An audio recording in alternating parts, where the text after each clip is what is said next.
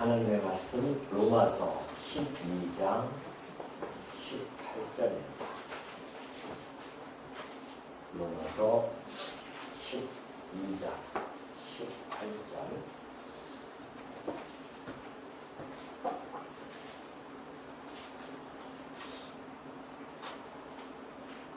할 수 있거든 너희로서는 모든 사람과 더불어 화목하라. 내 사랑하는 자들아, 너희가 친히 원수를 갚지 말고 하나님의 진노하심에 맡기라. 기록되었어. 원수 갚는 것이 내게 있으니 내가 갚으리라고 주께서 말씀하십니다. 내 원수가 주려고는 먹이고 목마르거든 마시게 하라. 그리함으로 내가 숯불을 그 머리에 쌓아 놓으리라. 악에게 지지 말고 선으로 악을 이기라. 21절까지 공독해 드렸습니다. 예, 우리는 지금 하나님 자녀들이 이웃에 대하여 어떻게 함께 살아가야 하는지를 우리가 그 소위 성경의 황금률, 곧 이웃에 대한 황금률을 지금 살펴보고 있습니다. 오늘도 역시 같은 선상에서 저희들이 살펴볼 것은 악과 원수에 대한 성도의 자세에 대해서 계속해서 바울은 진술해 가고 있습니다. 우리 12장 오늘 살펴본 말씀 보면은 할 수 있거든 너희로서는 모든 사람과 더불어 화목하라, 그렇게 말씀해 주고 계십니다. 사실 이 화목이라고 하는 단어는 세상에서도 매우 아름다운 덕목으로서 전해지고 있죠.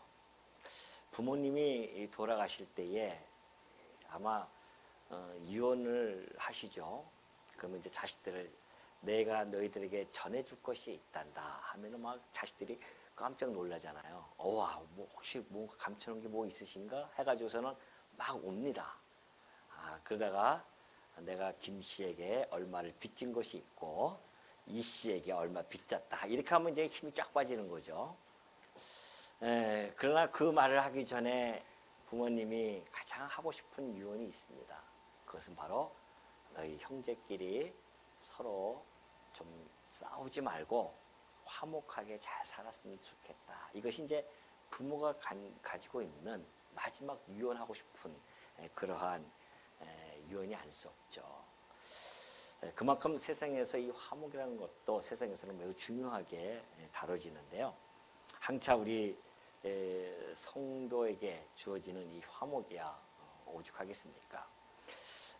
마땅히 우리가 이 세상에서 이웃에 대하여 우리가 함께 살아가는 이웃에게 대할 때에 그 자세는 화목이 우리들에게 아름다운 그 해의 덕목으로서 전달해주고 있다는 겁니다.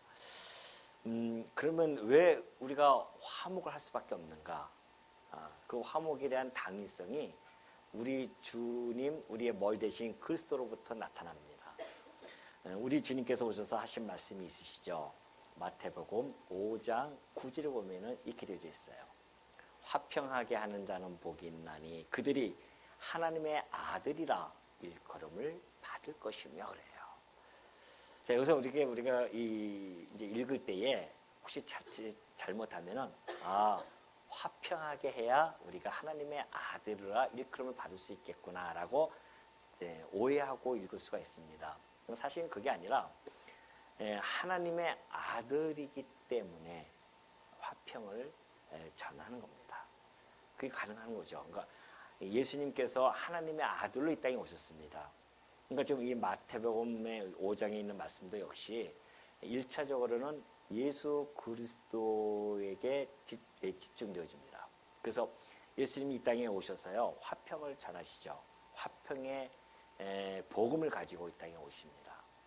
그래서 그들이 하나님의 아들이라 일컬음을 받는다고 하는 것은 곧 예수님은 하나님의 아들이기 때문에 이 땅에 오셨는데 내가 하나님의 아들이야 이렇게 말만 가지고 되겠냐 말이죠. 화평을 통하여서 야, 저분이 정말 하나님의 아들이구나 라고 그렇게 일컬음을 받는 거거든요. 그렇다고 한다면은 성도는 어떨까요?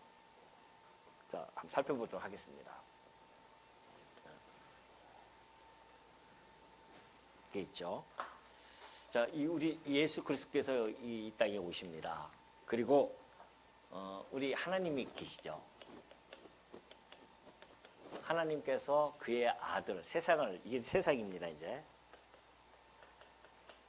하나님께서 세상을 어느 정도 사랑하는, 이처럼 사랑하사, 뭐예요? 이처럼 예수 그리스도를 보낼 만큼 이 세상을 사랑하셨다는 거 아니겠어요?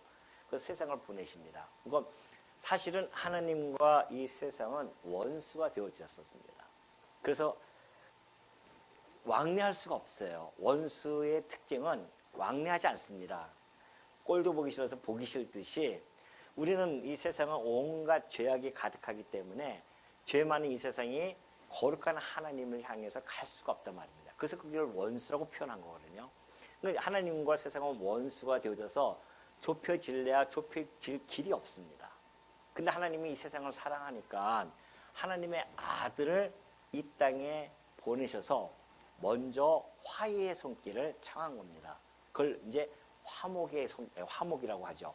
그래서 예수님을 화목 제물로 이 땅에 오셨다는 겁니다. 이것이 이제 5장 10절 아니겠습니까? 로마서 5장 10절 보면 그래요. 곧 우리가 원수 되었을 때에 그러잖아요. 우리가 하나님과 원수가 되어졌을 때에 그의 아들의 죽으심으로 말미암아 아들이 화목 제물로 이 땅에 오셨어요. 그래서 하나님과 어떻게 됐다요? 화목하게 되어졌어요. 예수 그리스도를 통하여 하나님과 우리는 화목이 되어졌습니다. 이렇게 누구를 통해서? 예수 그리스도를 통해서 세상에 있는 자들이 하나님과 화목할 수 있는 길을 열어두셨는데 누가 화목이 되어졌는가? 바로 하나님께서 보내주신 성령이 있습니다. 성령이 있어요. 그 성령을 통하여 중생되어지고 하나님의 그 화목의 그 놀라운 메시지를 깨닫게 해주십니다. 그래서 하나님께 나아가는 자들이 있습니다. 그러한 자들은 이제 우리가 교회라고 하지 않습니까? 예수 그리스도를 함께 되어져서 곧 교회입니다.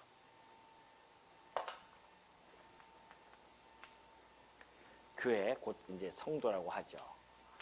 자, 이 교회는 하나님과 이제 화목되어진 자들입니다. 그러니까 이 세상에 있던 자들이 이 세상에는 이제 유대인이 있었고요. 크게 또 이방인이 있습니다. 유대인 입장으로서 봤을 때입니다. 유대인 입장으로 봤을 때는 유대인과 이방인이 있는데요. 유대인과 이방인은 사실은 원수지간이에요. 유대인이 이방인을 받아들이지 않고요. 이방인들도 유대인을 흐트러지랑 미워합니다. 지금도 그러지만은 과거에 예수님이 오실 그 당시에도 역시 마찬가지입니다. 유대인들은 이방인을 마치 개, 돼지처럼 취급을 한단 말이죠. 짐승처럼 취급을 해요. 그런데 하나님의 아들이 이 땅에 화목제물로 오신 분이 유대인과 이 이방인을 하나로 묶어냅니다. 이 복음을 통하여서 당신의 이 십자가 사건을 통해서 유대인과 이방인이 하나가 되어져요. 그 하나 되어진 모임을 교회라고 하는 겁니다. 한 세 사람을 만드셨단 말입니다. 하나님께서. 그 우리 성도예요. 그러니까 이 교회는 초창기 때 이제 초대교회 때 보면은 유대인들로부터 시작되어져서 이방인까지 복음이 확장되어지고 둘이 하나가 되어져서 이 놀라운 역사, 이거는 세계사 역사 속에서 가장 놀라운 일 중에 하나일 겁니다. 유대인과 이방인이 함께 모여서 하나님을 한 아버지로 모시고 그리스도 안에서 예배를 드리고 함께 교제를 나눈다. 이건 오로지 예수 그리스도께서 이 화목제물로 오셨기 때문에 가능한 일이거든요. 이것이 예수님이 오셔서 해주셨단 말입니다. 그것이 곧 교회입니다. 그러니까 교회라고 하는 것은 하나님으로부터 화목되어진 자들이 모인 곳이에요. 그러니까 우리는 이제 화목되어져서 하나님과 일체적으로 화목이 되어졌고, 그 화목되어진 자들이 모였으니 성도와 성도끼리 화목해 하는 것은 뭐다? 당연한 거죠. 화목을 우리가 받은 자들이 모였는데, 그리스도 안에서 화목되어졌는데 이 복음 자체가 화평의 메시지이고 복음이 화목의 복음인데 하나님과 복음을 하나가 되어진 거 아닙니까? 자, 고린도후서 5장 18절 보면은 모든 것이 하나님께로서 났으며 그가 그리스도로 말미암아 우리를 자기와 화목하게 하시고래요. 누가? 하나님께서 그리스도로 말미암아 우리를 어떻게 해요? 자기와 화목하게 해 주셨습니다. 그리고 또 우리에게 화목하게 하는 직분을 주셨다고 합니다. 자, 여기서 이제 물론 우리는 바울과 그때 사도들 복음을 전하는 그 전도자들을 이야기하죠. 그러면 비단 어떻게 바울에게만 이 화목됨을 주셨겠습니까? 우리도 그리스도 하나님과 그리스도를 통하여서 화목이 되어졌다고 한다면 모든 성도는 다 화목의 직분을 가진 자들이에요. 소유할 자들입니다. 화목의 직분을 소유한 자들이에요. 성도들은. 바울뿐만이 아닙니다. 왜 그럴까요? 하나님과 화목이 되어졌고 하나님께서 내가 이제 너희가 화목되어졌기 때문에 네가 이 세상을 가서 이 화목을 전하라 그런 이야기입니다. 그럼 화목이 도대체 내용이 뭔가 본질적으로 고린도후서 5장 19절에 계속 나옵니다. 곧 하나님께서 그리스도 안에 계시사 세상을 자기와 화목하게 하시며 그들의 죄를 그들에게 돌리지 아니하시고 화목하게 하는 말씀. 그게 뭡니까? 이게 복음 아니겠어요? 이 복음이 화목하게 하는 말씀이란 말입니다. 하나님과 화목하게 하는 거 아니겠어요? 그 말씀을 우리에게 부탁하셨다는 겁니다. 누구에게? 바울에게 부탁하셨고요. 교회에게 부탁하셨어요. 결국은 성도들에게 좀 화목하게 하라. 화목의 말씀, 이 복음 우리가 직분을 가지고 이 화목의 말씀을 전하는 자들입니다. 그러니까 여러분이 가는 곳곳마다 화목을 전하는 전령사들이에요, 사실은. 그런 직분을 소유한 자들입니다. 무슨 말씀인지 아시겠죠? 하나님과 우리를 그리스도를 통하여 화목하게 되어졌다고 한다면 그리스도 안에 있는 모든 성도들은 그 화목을 전하는 그러한 자들로서 하나님이 부르셨다는 거죠. 그러니까 교회가 끊임없이 이 화목의 복음을 전함으로 세상에서 많은 자들이 교회 안으로 들어오는 거 아니겠습니까? 하나님과 화목이 일차적으로 이루어지고 교회 안에서 성도와 성도 간에 서로 화목을 해주는 것. 이것이 이제 바울이 그랬듯이 할 수 있거든 그런 거예요. 힘이 닿는 데까지 그런 이야기입니다. 너희들이 힘이 닿는 데까지. 그렇게 해서 힘이 닿는 데까지는 뭐 우리 안에 우리 의지로 하는 것이 아니라 우리 성령이 힘 주시는 것만큼 할 수밖에 없죠. 성령이 힘 주시는 것만큼 우리가 이 화목을 하게 되어지는데 너희로서는 모든 사람과 성도와 성도 간에는 당연한 것이고요. 될 수 있는 대로 모든 사람 하면 이 세상에서도 우리가 화목을 전하는 겁니다. 이웃 사람하고 싸우려고 하지 마시고 이웃 사람하고 내가 더 악착같이 내가 유익을 보겠다고 그렇게 하지 마시고 양보할 거 양보하고 하면서 그 이웃과 더불어서 싸우는 거. 우리가 쉽지 않아요, 사실은. 주차 자리 하나만 놓고라도 이것은 뭐 예수님이고 뭐 없어요. 주차 자리 하나 쟁취하려고 이웃이고 막 싸우고 난리가 아닙니까? 누가 내 자리에다 이걸 놨으면 그냥 갑자기 막 확 분노가 치솟고 막 이러지 않습니까? 하나님의 자녀라 일컬음을 받을 수 있겠냐 말이죠. 화평을 전하는 자는 복이 있다고 하지 않습니까? 우리는 복 있는 자들이에요. 하나님 자녀들이란 말입니다. 그래서 화평을 전하고 화목을 우리가 도모하는 겁니다. 그러니까 우리가 이런 것들을 안다고 한다면은 하나님이 우리에게 화목의 전도사로서 화목의 직분을 주신 자라고 한다면 이웃과 끝없이 화평을 이루어 나가는 것, 이것이 매우 중요하다는 것. 그렇다고 해서 우리가 화목하니까 누구든지 다 화목해야 된다 해서 이단들하고 화목해야 된다고 해서는 그냥 그걸 끌어안고서는 지금 뭐 종교다원주의라든가 이런 것도 여러분 잘 아시지 않습니까? 불교도 좋다, 모두 다 좋다, 구원은 한 가지로 다 통하는 길이 아니겠느냐 하면서 서로 그 교리를 받아들이고 그것이 이게 본질은 아니라는 겁니다. 화목의 본질은 화목의 복음, 이 복음을 우리가 전달해 주는 것이고, 그래서 이 세상 사람들로 아직까지 원수된 자들이 많이 있잖아요. 이 원수되어진 자들을 하나님과 화목해 하는 중재자로서의 우리가 그 역할을 해야 된다. 왜요? 예수님이 오셔서 그 일을 하셨고, 지체된 우리가 그와 한 몸이기 때문에 그 소명을 그대로 받아서 지금 우리가 그 화목의 전도사로서 역할을 해 나가야 된다. 그러니까 그러다 보면 이제 화목을 전해 보면은 화목을 전해도요, 그걸 받아들이지 않는 자들이 있습니다. 시편에 보면 그런 말씀이 있더라고요. 나는 화평을 전할지라도 내가 말할 때 그들은 싸우려 하는도다 그래요. 화평을 전하는데요, 싸우려고 그래요. 그럼 어떻게 됩니까? 그때는 좋다, 나도 준비한 몽둥이가 있어 하면서 해야 될까요? 바로 그것이 19절입니다. 내 사랑하는 자들아, 너희가 친히 원수를 갚지 말고 하나님의 진노하심에 맡기라. 기록되었으되 원수 갚는 것이 내게 있으니 내가 갚으려고 주께서 말씀하시니라. 뭐라고요? 주권자 공의에 맡기라는 겁니다. 우리 하나님이 누구십니까? 우리 주님이 누구예요? 주권자십니다. 절대 주권자예요. 그 주권자가 가지고 계신 공의에 맡기는 겁니다. 우리가 갚는 게 아니에요. 우리가 자꾸만 그걸 갚으려고 하죠. 그것은 내 본성에 충족하기 위한 그러한 시도이죠.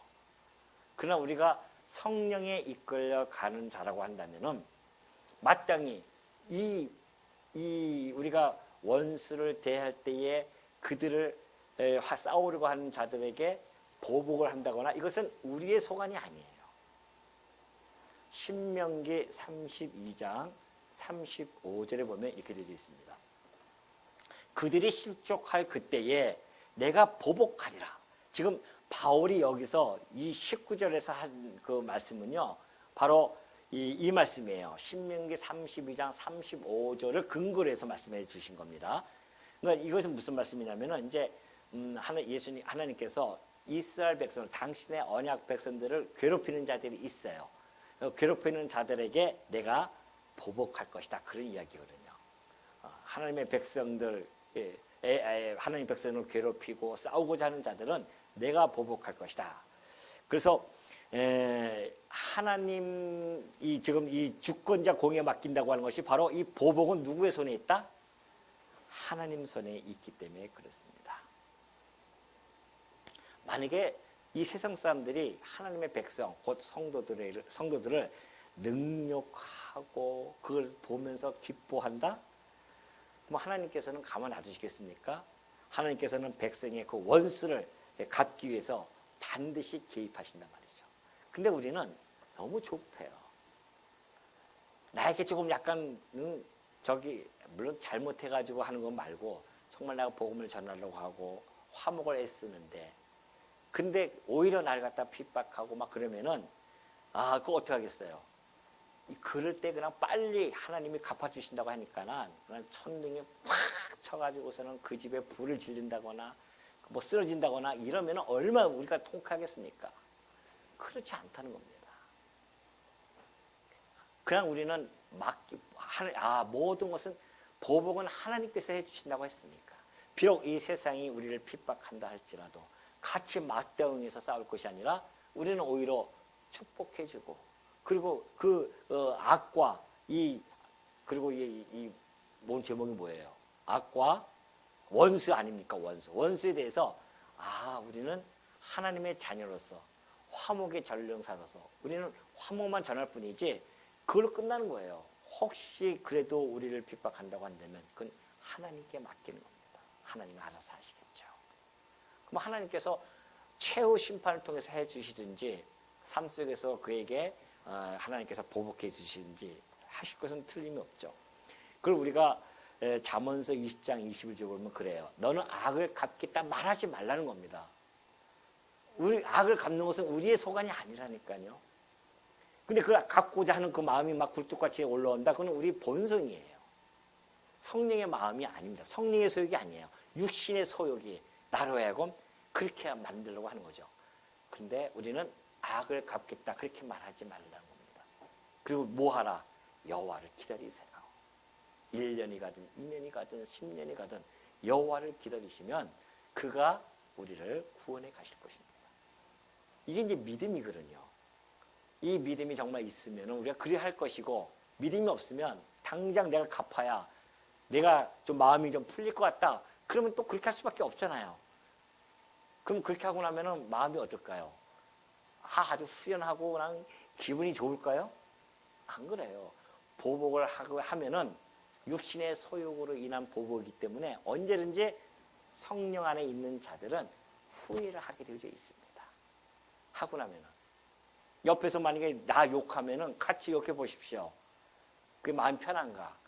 그러고 나서 주여 하면서 자기 가슴을 치지. 성도들은 그래요. 실컷 욕하고 나서 이제 아이고 오늘도 말씀을 읽어야겠다 하면서 말씀 피우면은 말씀이 들어오게 된단 말이죠. 그러니까 하나님께 회개하고 다시 우리의 마음을 다잡고 그러면서 우리가 한 걸음 한 걸음 나아가는 것뿐입니다. 이 화목이라는 것이 이 땅에서 어떻게 온전하게 이루어질 수 있겠습니까? 이 화목은 그리스도 안에서 우리가 마지막 날 그때 온전히 다 이루어질 겁니다. 우리는 그것을 미완성되어진 그 화목 속에서 살아가지만 그 소망을 바라보면서 완성되어질 그 화목의 소망을 바라보면서 오늘도 살아간다는 것, 이것이 바로 우리 성도들의 이 자세라는 것입니다. 그러니까 보십시오. 다윗이 쫓겨갈 때에 시므이 사건 잘 아지 않습니까? 시므이가 막 욕을 하잖아요. 그 옆에 있는 장군이 주여 내가 저 왕이여 나 죽이겠습니다. 막 그러지 않습니까? 그 다윗이 뭐라고 합니까? 냅둬라. 하나님이 그의 입술을 통하여 나에게 이야기하는지 네가 어떻게 알겠느냐는 거죠. 이것이 우리 성도들의 자세입니다. 누가 나를 갖다가 욕하고 막 그러면은 하나님이 저 사람을 통해서 나로 하여금 나되게 하시려는 것이구나 이렇게 받아들여야 되지. 네가 건방지게 그래? 이거는 우리의 이 성령의 소욕이 아니란 말입니다.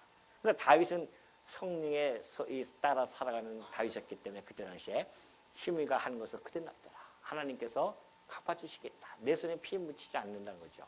결국은 솔로몬 손에 시므이가 죽지 않습니까? 자기가 잘못해가지고서. 그렇게 하나님이 풀어나가십니다. 역사적인 사건들이 아니겠습니까? 뭐 금방 다윗이 그냥 그렇다고 해서 시므이가 죽는 게 아니라니까요. 그 아들 때에 가서 역사를 이루어 가신단 말입니다. 그러니까 우리는 성도는 내 주관 이 지금 너무 단편적으로 그렇게 시각을 가지면 안 됩니다. 넓게 보면서 우리가 세상을 살아가야 되지 않겠는가. 그러면서 20절 보면 그래요. 내 원수가 줄이거든 먹이고 목마르거든 마시게 하라. 그리함으로 내가 숯불을 그 머리에 쌓아놓으리라. 이것도 역시 잠언서에 있는 말씀인데요. 잠언서 그 보면은 이게 25장에 있는 말씀입니다. 제가 여기 기록 안 했어요. 25장 이게 똑같은 이야기이기 때문에 기록할 필요 없죠. 25장 21절 22절 말씀 바로 이 말씀이에요. 네 원수가 줄이거든 먹이고 목마르거든 마시게 하라. 그리함으로 내가 숯불을 그 머리에 쌓아놓을 것이다. 자, 원수가 궁핍하고 공공에 처해 있단 말입니다. 그때 어떻게 하라? 선행과 친절을 잘 베풀어 주라는 겁니다. 그러니까 우리 자꾸 이거 보면은 여러분이 와 점점 짐이 무거워질 수가 있습니다. 그래서 제가 늘 말씀드리는 것이 이 상태에 우리가 자연인의 모습으로는 이것이 불가능해요, 사실은. 그러나 누가 우리 안에 성령이 하나님께서 이것을 이루어 나갈 수 있도록 성령을 보내주신 겁니다. 우리가 성령에 의존해서 이런 일들을 해나갈 수 있는 것이죠. 그러니까 바울도 이것이 전제된 겁니다. 이 지금 말씀의 모든 전제는 로마서 1장부터 11장까지가 전제예요. 하나님이 너에게 화목하게 해주시지 않았느냐. 그리스도를 통하여서 너희가 화목짐을 통하여 너희가 하나님과 원수되어졌던 너희들이 화목하게 되어지지 않았느냐. 그리고 하나님의 신령한 복을 다 받은 자들이 아니겠느냐. 이것이 1차적으로 우리가 전제가 되지 않으면 이 말씀들은 우리들에게 너무나 힘든 말씀입니다. 비록 우리가 이것이 지금 현재 완벽하게 이루어지지 않는다 할지라도 때로는 넘어지고 때로는 자빠지고 그런다 할지라도 어떻게 해요? 주께서 다시 주시는 힘을 가지고 또 지켜나가고 그렇게 해나가면서 우리가 성장되어지는 거거든요. 역시 마찬가지입니다. 원수가 줄이고 먹이면은 아이고 잘됐다. 아주 그 꼴에 아주 그냥 콱 이번 기회에 그냥 굶어서 죽었으면 좋겠다. 그렇게 만약에 생각한다고 한다면 내 안에 성령이 작동하는 것이 아니라는 겁니다. 비록 원수가 그렇게 굶고 힘들면은 목마르거든 마시게 하라는 것이죠. 이것은 실제로 이제 그 원수를 먹이고 마신다고 하는 것은 생명과 사실은 관계되어지는 그런 행위이기 때문에 그렇습니다. 이때에 그들의 반응이 뭐라고 합니까? 숯불을 그 머리에 쌓아 놓는다는 겁니다. 숯불을 머리에 딱 쌓아 보십시오. 뜨끈뜨끈하지 않습니까? 여러분이 막 이렇게 뭐죠? 화가 아니라 무슨 일 딱 당했을 때 자기가 좀 아이고 부끄럽잖아요. 그러면 화끈화끈하지 않습니까? 얼굴이 막 붉어지고 화끈화끈해듯이 그걸 지금 설명해 주고 있는 겁니다. 숯불 넣으면 막 뜨끈뜨끈하지 않습니까? 그러면 나는 이렇게 대했는데 세상은 이렇게 대했는데 교회는 성도는 그렇게 대하지 않는단 말입니다. 오히려 굶는 자에게 더 주고 그걸 선하게 이렇게 행동을 취함으로 말미암아 세상 사람들이 와 예수 믿는 사람 뭔가 달라도 다르구나. 긍정적인 면에서 그렇게 달라도 달라야지 부정적으로 예수 믿는 사람은 진짜 다르네 세상보다 더하네 이렇게 되어진다고 한다면은 우리가 이 복음을 간직한 자로서 우리의 삶을 진짜 진지하게 고민을 해봐야 됩니다. 우리의 발자취를 한번 늘 점검을 해야 돼요. 내가 그리스도의 이 발자취를 지금 밟고 가고 있는가? 내가 비록 그리스도가 걸어가신 그 발자취에 딱딱 맞춰서 걸어가지는 못할 만정 우리는 그걸 쫓아가지 못한단 말입니다.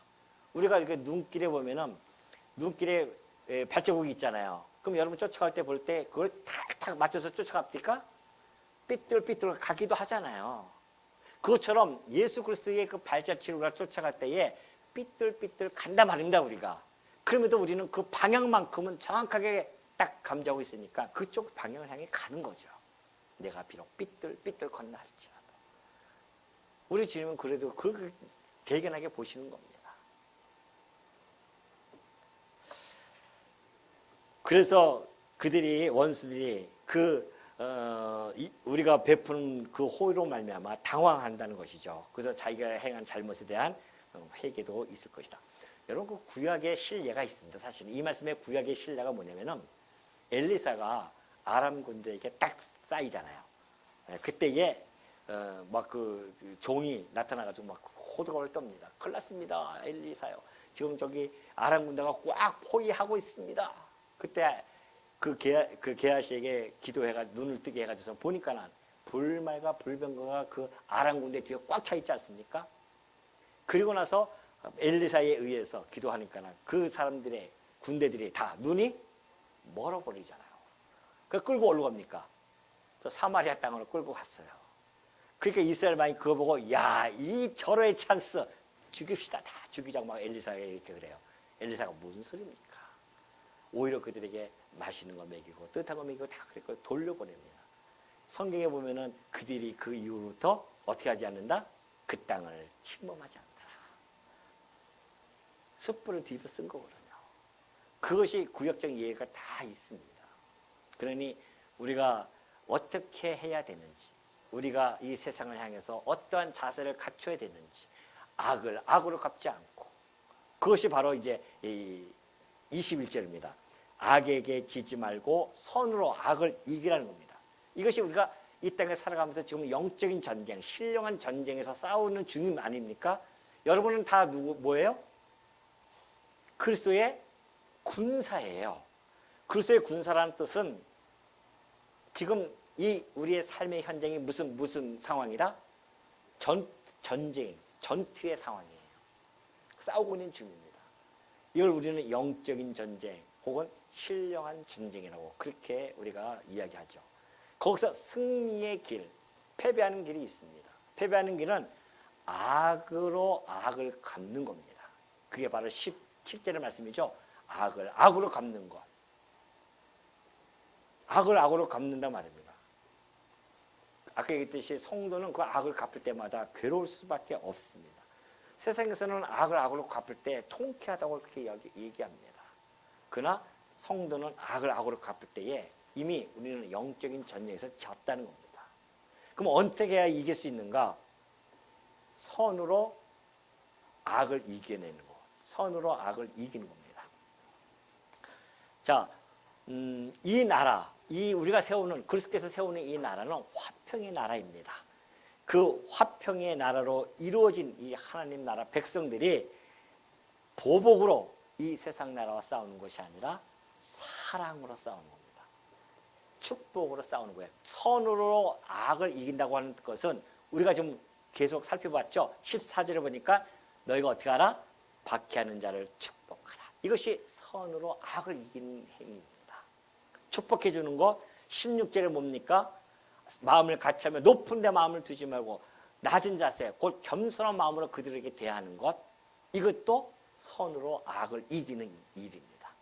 18절에 보면 뭘 적혀있습니까? 할 수 있거든 오늘 아까 살펴본 더불어 그들과 더불어 화목하라. 이것이 곧 선으로 악을 이기는 일입니다. 20절에 보면은 내 원수를 줄이거든 어떻게 하라? 먹이고 목마르거든 먹여라. 이것이 뭐예요? 긍휼함입니다. 그들을 베푸는 거. 이게 선으로 악으로 이기는 겁니다. 결국은 이 모든 것들은 그들에게 먹이고 입히는 것은 육신의 생명이지만은 궁극적으로는 그걸 통하여 생명의 양식이시고 영원한 생수가 되시는 생명의 떡이시며 생수의 근원이 되시는 예수 그리스도를 그들에게 드리는 겁니다. 단순하게 우리가 물질적으로 먹고 마시는 것만 대하는 것이 아니라 그 너머에는 바로 생수의 근원이시며 우리의 생명의 떡이신 예수 그리스도를 그들에게 줌으로 말미암아 예수 그리스도를 이 땅에 줌으로 말미암아 이들이 그것을 먹고 영원히 살 수 있는 길을 터나가는 것. 이것이 바로 성도가 화목의 전령사로서 살아가는 일이라는 것을 여러분 마음속에 깊이 간직하시고 이걸 통해서 결국은 뭐가 드러납니까?